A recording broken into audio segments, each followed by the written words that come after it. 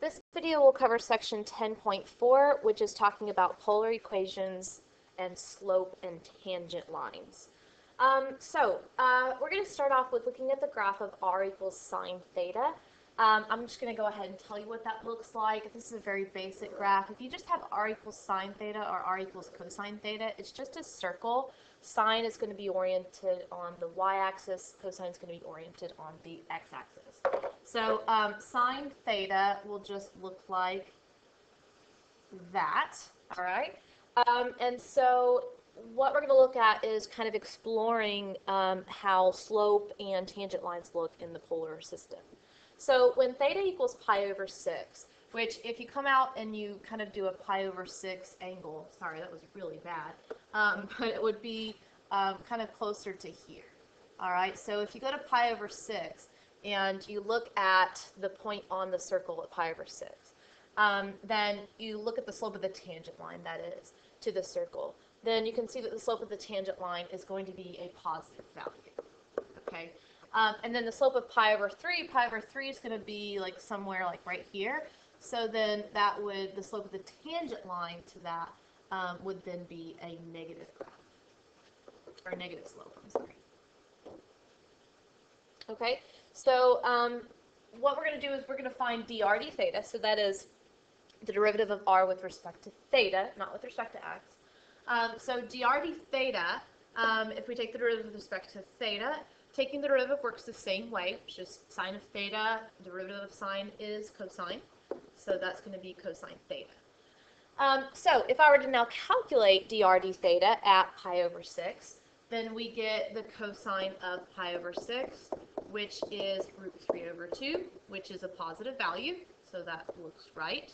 And then at pi over 3, dr d theta would be cosine of pi over 3,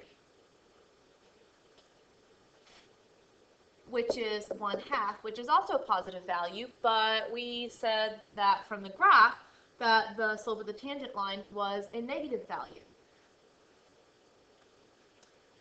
So we didn't do anything wrong. We calculated those correctly, but hopefully from there you're able to understand that dr d theta does not represent the slope of the tangent line. Okay, and so I kind of didn't talk about these questions here. What does this say about r and about the graph? What this says about r, dr d theta, is down here, written down here. Dr d theta does not represent the slope of the tangent line. It is the rate of change of r with respect to theta, okay? Not the rate of change of y with respect to x. So if you find a tangent line, that's a rectangular coordinate. That's the dy dx. So another way of thinking of dr d theta is how fast the particle is moving away from the pole relative to how fast it is moving around. So we found dr d theta in both pi over 6 and pi over 3 to be positive. So if I were to kind of like sketch a graph, like think of a dot moving along this curve, okay? So if you look at this at pi over 3, what's happening to the radius? Well, it's moving farther and farther away from the pole. And actually, it continues to move farther and farther away from the pole, even up in here. So pi over 3, I'm still moving farther and farther away from the pole. Okay? So, and you can see that how fast I'm moving away from the pole. Down here at pi over 6, I'm moving faster away from the pole. And then up here at pi over 3, I'm moving a little bit slower. My r is not gaining so much distance as quickly. Okay, so that's what dr d theta represents. Now, we can still calculate dy dx, and that dy dx at pi over 6 will be positive, and dy dx at pi over 3 will be negative. But we have to do a different calculation for that. Now, this actually comes into play like what we did with parametric. We can write polar equations as parametric equations with the x component and the y component. Briefly, we didn't do much about this review, but from pre-cal you learned that x is equal to r cosine theta and y is equal to r sine theta. So you can break up a polar equation into those x and y components. Now remember that r is equal to a function of theta, so all you have to do is replace that r with that function So for x, it would be the function times cosine. For y, it would be the function times sine. So let's get practice with this. For number 1, we want to write r equals sine theta as a set of parametric equations. Then find dy dx and the slope of the graph at pi over 3, which we know should be negative. All right, so we're going to write this as a graph of, or a set of parametric equations. So remember, x is the function of theta, which here is just sine of theta, times, for x, we multiply our function times cosine theta. For y, we multiply our function, which is sine, times sine. It just happens to be sine and sine for this. So x is sine times cosine, whereas y is sine squared.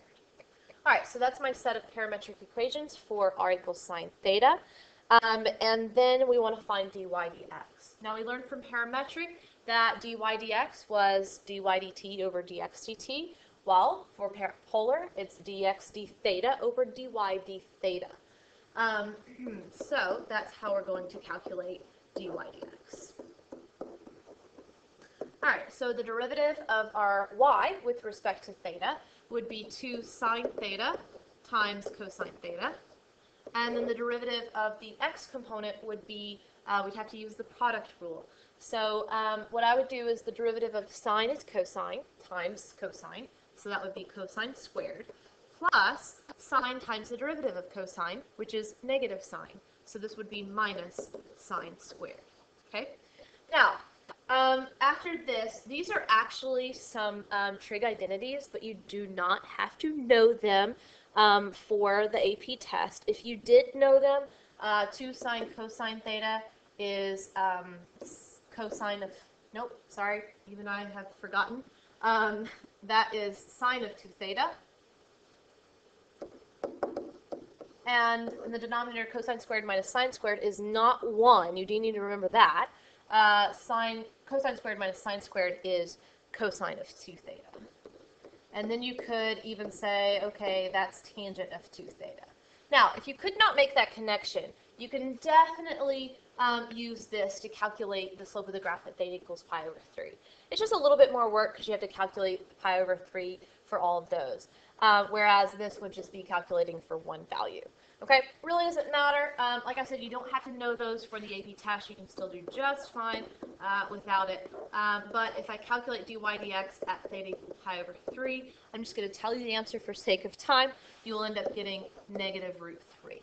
Okay, so that is negative, which that is what was shown in our graph. Okay, so just like parametric, we have the graph of r will have a horizontal tangent line whenever the y component, dy d theta, will equal 0, and also not at the same time dx d theta is not equal to 0. So make sure that's very important that you check for that. And then the graph will have a vertical tangent whenever dx d theta equals 0, but dy d theta does not equal 0. Okay? All right, so again, if they're both simultaneously 0, then no conclusion can be drawn. Really, most of the time, what that's going to look like is like a cusp, okay? So like sometimes when we had those like cardioids like that, okay, then you had a cusp there. So that's typically, a lot of times that's what it would look like. Okay, all right, so now let's try an example of finding the horizontal and vertical tangents of r equals 2 times 1 minus cosine theta. Again, you could graph this if you wanted to, but you don't have to because just knowing the calculus behind it, you don't have to know what this looks like in order to do this. Now to find the horizontal and vertical tangents, we need the x and y components. So I'm going to find the x component. So that is r, which is 2 times 1 minus cosine theta, times cosine theta. And the y component would be 2 times 1 minus cosine theta, times sine theta. Okay, so now I need to find both of these derivatives. Now before I do those derivatives, I'm going to kind of clean this up a little bit. I'm going to do a little bit of multiplying those out before I take the derivatives. Then the derivatives wouldn't be quite as bad. So when I distribute for x, you get 2 cosine theta minus 2 cosine squared theta. And when I distribute for y, we get 2 sine theta minus 2 cosine sine. Okay, so that's what I'm going to take the derivatives of. All right, so I'm going to start with dx. So we have dx d theta When you take the derivative of that, you're going to get negative 2 sine theta plus 4 cosine theta times sine theta. Okay? Now I'm just going to go ahead and work from there. So I want to find horizontal and vertical tangents. This would be finding the vertical tangents. So I'm going to go ahead and set this equal to 0 and solve. So the way that I see this with solving is I have a sine and a sine. A lot of times with trig, with solving, you want to think of like factoring. So I'm going to factor out a sine. That leaves me with 4 cosine minus 2 equals 0. And now you can set both of those factors equal to 0. So you want to look for when sine theta equals 0 and 4 cosine theta equals 0, or in other words, when cosine theta equals 1/2. So sine theta equaling 0, that occurs at 0 and pi. Cosine theta equaling 1/2, that occurs at pi over 3 and 5 pi over 3. Okay, so that means you would have vertical tangent lines at each of those 4 points. Now we need to test for our horizontal tangents. So dy d theta. All right, if we look at our y component, the simplified version of 2 sine theta minus 2 cosine sine. The derivative of 2 sine theta would be 2 cosine theta. Then what I would do is, you see that minus 2 in front, and then we have a product. I would take out that minus 2 and then just do the derivative of the product separately so it doesn't get confusing. So cosine times sine, we actually already did that on the previous page, so that's going to be cosine squared theta minus sine squared theta. Okay? Now we're going to set that equal to 0. Now here you could go back through and distribute that 2 inside. Alright, so now here's where you might get a little stuck. Now remember I said with the vertical tangents to think of when, think of factoring, okay? So this is just something that hopefully you're familiar with from pre-cal, but what this is going to look like is a quadratic. You have a cosine term of degree 1, you have a cosine squared term, and then you have sine squared. What you want to do here is you want to convert to cosines. So I'm going to keep my cosine terms, and I'm going to convert sine squared into 1 minus cosine squared. Okay, now when I distribute here,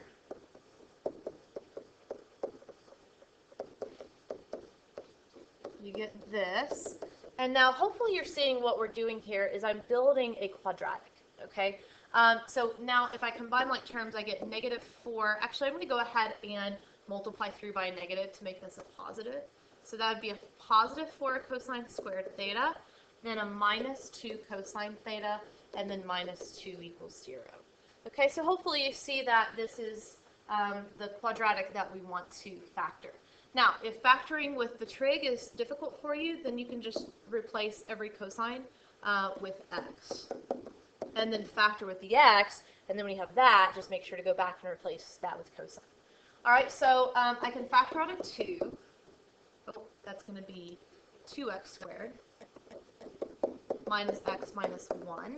And then that's going to factor into, this would be 1 and 1, and so that would be negative 2 plus 1. Okay, so x would equal negative 1/2 and 1. All right, now remember we replaced x cosine with x, so then we have actually cosine theta equals negative 1/2 and cosine theta equals 1. And now we can solve. So cosine theta will equal negative 1/2 at 2 pi over 3 and 4 pi over 3. And cosine theta will equal 1 at 0. Okay, so we have horizontal tangent lines at 2 pi over 3, 4 pi over 3, and 0. But wait, notice that we have a simultaneous derivatives at 0. At theta equals 0, dx d theta is 0. And at theta equals 0, dy d theta is also equal to 0. So what that means is at 0, we cannot make any conclusion about horizontal or vertical tangents. Most likely, like I said, it's going to be a cusp. Okay? All right, so then you would state that you have vertical tangent lines at pi, pi over 3, and 5 pi over 3, and you have horizontal tangent lines at 2 pi over 3 and 4 pi over 3, and at 0 we are inconclusive.